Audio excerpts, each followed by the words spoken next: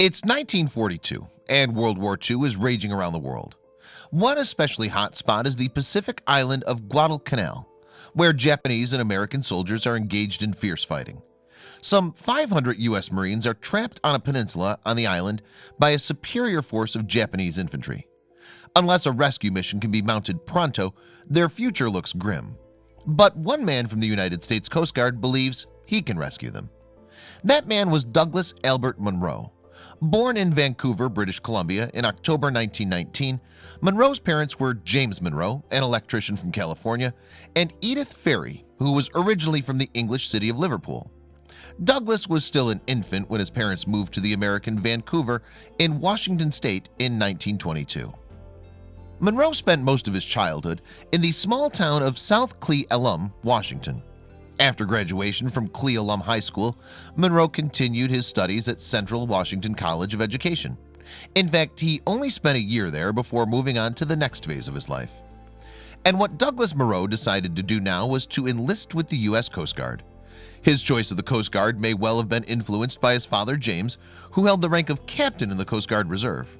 Indeed, the youthful Doug, as he was known, was a member of the Cle Elum Drum and Bugle Corps and took on the position of march leader, an early indication of the young man's leadership qualities. Reportedly, Munro told his older sister Pat that he'd chosen the Coast Guard because of its responsibility for rescuing people. Munro had one barrier to overcome before he could enlist in the Coast Guard. It had a minimum weight rule for its recruits, and Munro fell below it. But by dint of some spectacularly hearty dining, he managed to make the grade. Once his training was over, Munro started out on his Coast Guard career by volunteering to serve on the Spectre, a cutter. He served aboard her until 1941. That, of course, was the year when everything changed for all Americans. The bombing of Pearl Harbor saw to that. The U.S. now went to war with Japan and other Axis nations. During his time on the Spencer, Munro had risen to signalman third class.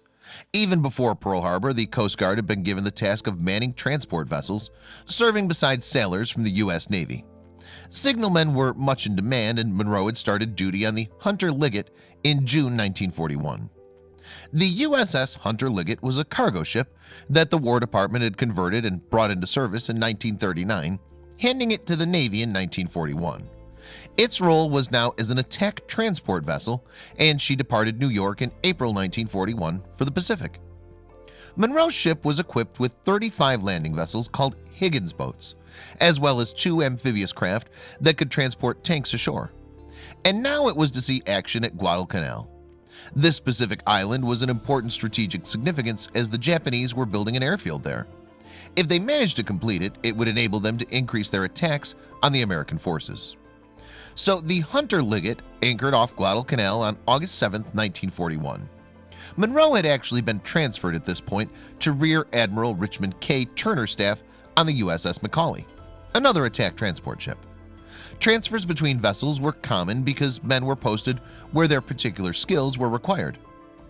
And the U.S. Coast Guard men had particular skills that were incredibly valuable to both the Navy and the Marine Corps.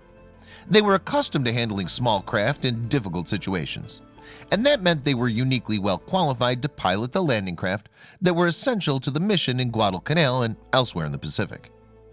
On September 27th, Munro was given the mission of transporting 3 companies of Marines under the command of the legendary Colonel Lewis B. Chesty Puller. Puller was and is the Marine with more bravery awards than any other. At the time of this mission, Munro was just a couple weeks away from his 23rd birthday. Munro was in command of a small fleet of landing craft consisting of 8 troop carriers and 2 tank transporters.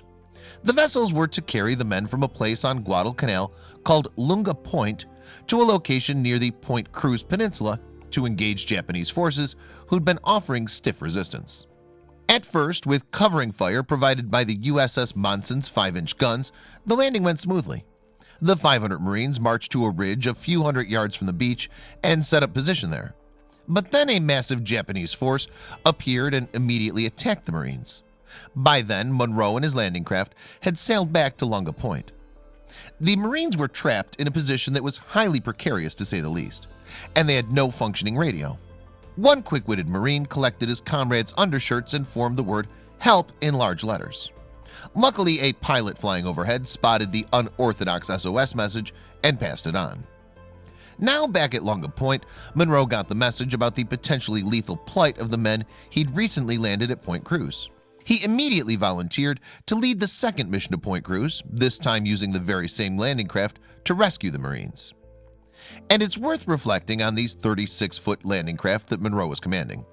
Their hulls were actually built with plywood, and their only armament was two .30 caliber machine guns.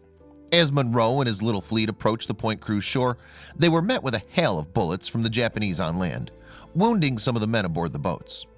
Even in the face of this hostile reception, Monroe got his landing craft onto the beach and began evacuating the hard-pressed Marines as the Japanese advanced towards them. Every man was taken off the beach, including 25 who were wounded. With all the Marines safe, Monroe now headed for the open sea. But then he saw a landing vessel that had become stranded on a sandbar. Monroe guided his vessel to a nearby spot to direct the freeing of the stranded craft. It was then that a Japanese bullet hit Monroe in the head. With his last breath, he had one question: did we get them off? Answered in the affirmative, he smiled and slipped away. For his outstanding bravery, Douglas Monroe was posthumously awarded the Medal of Honor. He remains alone among members of the U.S. Coast Guard who have won this prestigious medal, the highest award available to the military. As the citation for his Medal of Honor put it, he gallantly gave up his life in defense of his country.